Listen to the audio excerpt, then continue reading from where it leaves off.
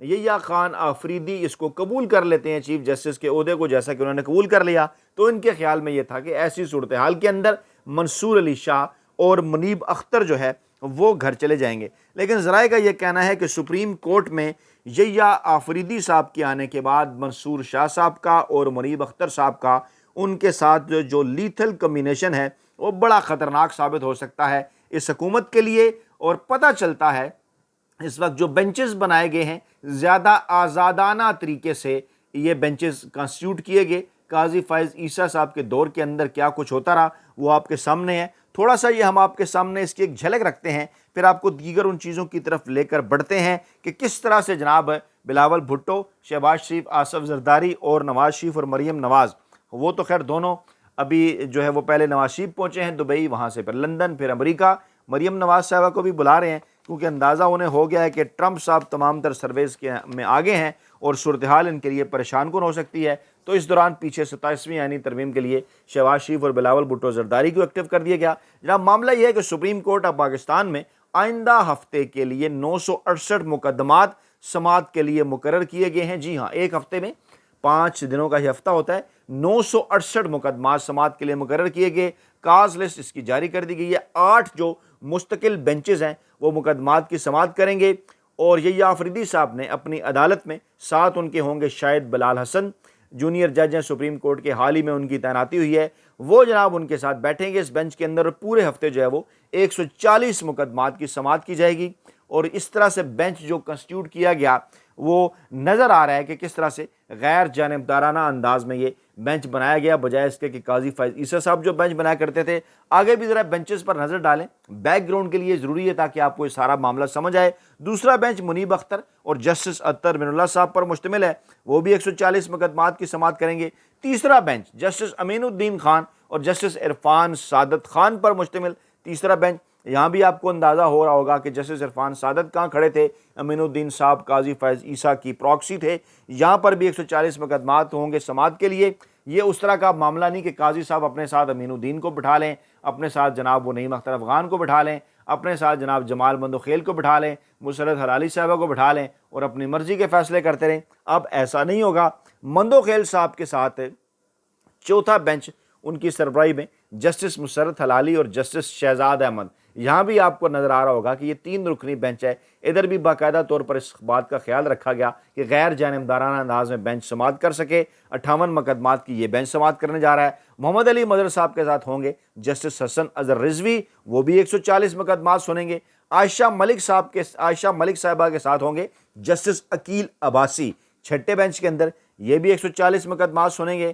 اور شاہد وحید صاحب ہوں گے جناب، جی ہاں، مستقبل کے چیف جسٹس کے لیے جن کا نام تھا، جنہوں نے فیصلہ دیا تھا مخصوص نشستوں کا پاکستان تحریک انصاف کے حق میں، وہ جناب نعیم اختر افغان صاحب کے ساتھ ہوں گے۔ 7واں بینچ، وہ بھی 140 جو مقدمات ہے وہ سنیں گے، یعنی زیادہ غیر جانبداری کے ساتھ آزادانہ بینچ بنائے گئے ہیں۔ اور پھر وہ 2 جو کہا جاتا ہے نا کہ 2 ان کے لیے تحفے کا ذکر کیا جا سکتا ہے کہ جو 2 تحفے قاضی فیض عیسیٰ صاحب سپریم کورٹ کو ریٹائرمنٹ کے بعد بھی دے کر گئے، یعنی ان دونوں کی ریٹائرمنٹ کے بعد طارق مسعود صاحب اور مظہر عالم میاں خیل صاحب، وہ 8ویں بینچ میں ہیں، ان کے سامنے بھی 70 مقدمات جو ہیں وہ رکھے گئے ہیں۔ تو یہ ہے صورتحال، زیادہ آزادی کے ساتھ سپریم کورٹ آف پاکستان اب بینچ بناتی ہوئی نظر آ رہی ہے۔ امید اس بات کی ہے کہ وہاں سے آنے والے جو فیصلے ہیں وہ بھی زیادہ آزادانہ طریقے سے جو ہیں وہ بھی زیادہ آزادانہ طریقے سے آئیں گے۔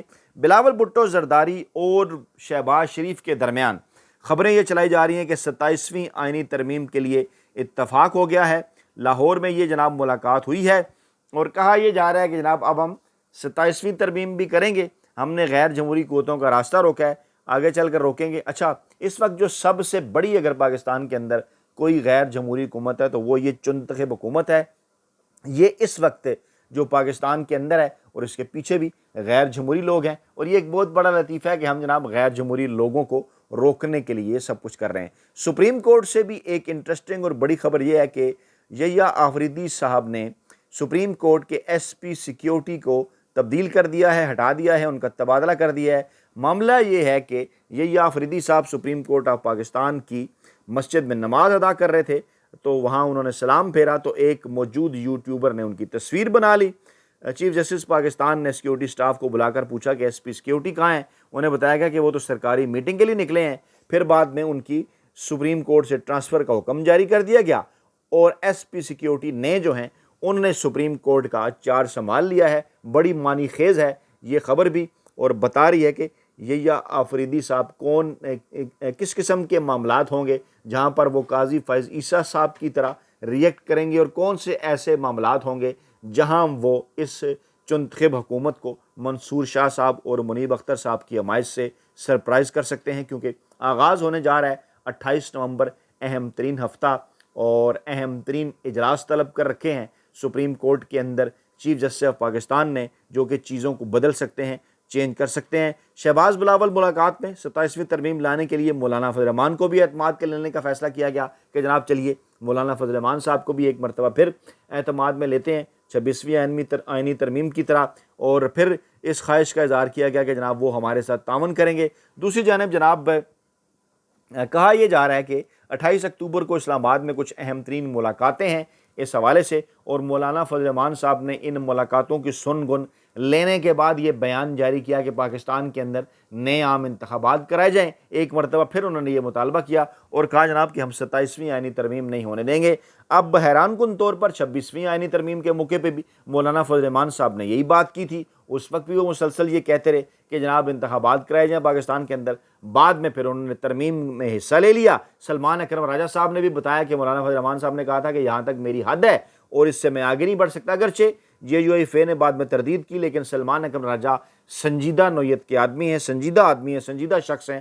ان کی جانب سے کوئی بھی بات ایسی نہیں کی جا سکتی جو کہ جناب غیر سنجیدہ ہو یا حقائق سے ہٹ کے ہو. اس لیے ان کی بات کو بڑا سنجیدہ لیا گیا کہ مولانا فضل الرحمان جو کچھ تبدیلیاں مسودے کے اندر کرا رہے تھے، جب پاکستان تحریک انصاف نے کہا کہ آپ یہ کام بھی کریں تو انہوں نے کہا جناب اس سے زیادہ گنجائش نہیں، کیونکہ اسٹیبلشمنٹ کی جانب انہوں نے اشارہ کیا کہ جناب ہمیں یہ کرنا ہے اور وہ کہہ رہے ہیں کہ آپ کریں، تو اس سے زیادہ ہم اس کے اندر کوئی تبدیلی جو ہے وہ نہیں لا سکتے. پھر یہ خبریں بھی آئیں جناب کہ جناب اب نواز شریف صاحب کو بھی اس معاملے کے اوپر اعتماد میں لیا جا رہا ہے. باہر ہیں اگرچہ وہ، لیکن ان کے ساتھ رابطہ کرنے کا کہہ دیا گیا ہے بلاول بھٹو زرداری کو کہ جلد آپ 27ویں آئینی ترمیم لے کر آئیں. لطیف کھوسہ نے واضح کیا، بڑے دنوں بعد ان کا یہ بیان آیا، لوگ پوچھ رہے تھے لطیف کھوسہ صاحب کہاں غائب ہیں. خیر بیان انہوں نے یہ دیا کہ مولانا فضل الرحمان نے حکومت کا ساتھ دے کر جو ہے وہ یو ٹرن لیا ہے. لیکن لوگ پاکستان تحریک انصاف سے بھی پوچھ رہے ہیں اس حوالے سے کہ ایک طرف تو چلیں اس چیز کو وہ کیش کراتے ہیں کہ مولانا فضل الرحمان کے ساتھ ملاقاتیں کر کے یا سارے عمل کے اندر حصہ لے کر انہوں نے فوجی عدالتوں کا معاملہ، دیگر معاملات روکے، اور پھر اس کے بعد مولانا فضل الرحمان کو انہوں نے الائن کیا، لیکن بعد میں مولانا فضل الرحمان چلے گئے. لیکن اب اگر 27ویں آئینی ترمیم کے ذریعے فوجی عدالتیں بنا دی جاتی ہیں تو 26ویں آئینی ترمیم کے ذریعے جو روک لی گئی تھیں، بھلا اب ان کے روکنے کی کیا اہمیت اور کیا مقصد رہ جائے گا؟ پاکستان تحریک انصاف کو سوچ سمجھ کر اپنے پولیٹیکل کارڈز کھیلنے ہوں گے. ان سارے معاملات کو ایک بار پھر جو ہے انہیں بڑے غور سے دیکھنا ہوگا، کیونکہ اب عمران خان صاحب کے ساتھ دوبارہ سے ملاقاتوں کا عمل جو ہے وہ شروع ہونے جا رہا ہے. 28 اکتوبر کے بعد سے مشاورت بھی ہوگی عمران خان کی جانب سے، ہدایات بھی جناب انہیں جاری کی جائیں گی روزانہ، اگر نہ صحیح تو ہر دوسرے تیسرے دن. کچھ سینئر قیادت ہے پاکستان تحریک انصاف کی، وہ ایک موقف کے اوپر کھڑی ہے، معاملات کو اور طرح سے لے کے جانا چاہتی ہے. کچھ نوجوان قیادت ہے وہ کچھ اور طرح سے دیکھتی ہے تمام تر معاملات کو. اب یہ بھی ذرائع دعویٰ کر رہے ہیں کہ 5 اکتوبر کو جب گنڈا پور صاحب اسلام آباد آ کر غائب ہوئے تھے تو جو بڑی اچیومنٹس انہوں نے حاصل کرنا تھی وہ اچیومنٹس انہوں نے حاصل کر لی ہیں. اب یہ قطن کنفرمیشن کی تصدیق، قطن ڈیل کی کنفرمیشن نہیں ہے، بلکہ معاملہ یہ ہے کہ حکومت اس وقت پریشان ہے. بار بار وہ یہ بات کر رہی ہے کہ جناب کوئی ڈیل نہیں ہوئی پاکستان تحریک انصاف کے ساتھ، اور پھر یہ بھی کہہ رہے ہیں کہ جناب اگر کوئی ڈیل کرنی ہوتی تو ہم اس کا حصہ ہوتے. لیکن سوال یہ پیدا ہوتا ہے کہ عمران خان تو آپ سے بات ہی کرنا نہیں چاہتے. عمران خان تو کئی بار یہ بات کہہ چکے کہ آپ سے کسی قسم کے کوئی مذاکرات نہیں ہوں گے. تو پھر سوال یہ پیدا ہوتا ہے، میں ڈیل کا ذکر نہیں کر رہا، سوال یہ پیدا ہوتا ہے کہ کیا پس پردہ کوئی مذاکرات چل رہے ہیں؟ ذرائع کا یہ دعویٰ ہے کہ کم و بیش 3 ایسے جو ہے وہ مواقع آئے کہ جب اسٹیبلشمنٹ کی جانب سے عمران خان کے ساتھ نہ صرف رابطہ کیا گیا، ان سے ڈیل حاصل کرنے، انہیں ڈیل دینے، NRO حاصل کرنے، NRO دینے کی کوشش کی گئی. لیکن عمران خان ان 3 بنیادی نکات کے اوپر ابھی تک ڈٹے ہوئے ہیں جو بارہا ہم آپ کے سامنے اسی پلیٹ فارم کے اوپر جو ہے وہ رپیٹ کر چکے ہیں. عمران خان ان چیزوں سے قطن جو ہے وہ ہٹنے نہیں جا رہے. برطانیہ کے اندر بھی آوازیں ایک بار پھر اٹھنا شروع ہو گئیں. برطانوی رکن پارلیمنٹ کم جانسن نے بھی عمران خان کی نظر بندی کے اوپر اظہار تشویش کیا. اس سے پہلے امریکہ سے بھی ایوان نمائندگان سے جو ہے وہ خطوط آئے، 62 سے زائد جو ہے وہ ایوان نمائندگان کے۔ ماحول بدل رہا ہے اور آئندہ آنے والے چند دن پاکستان کی سیاسی تاریخ کے اندر انتہائی اہم، مستقبل کا سیاسی سیناریو بدل کر رکھ دیں گے۔ اپنا بہت خیال رکھیے گا، دعا میں یاد رکھیے گا۔ نئی ویڈیو کے ساتھ جلد حاضر ہوں گے۔ اللہ نے کے بعد۔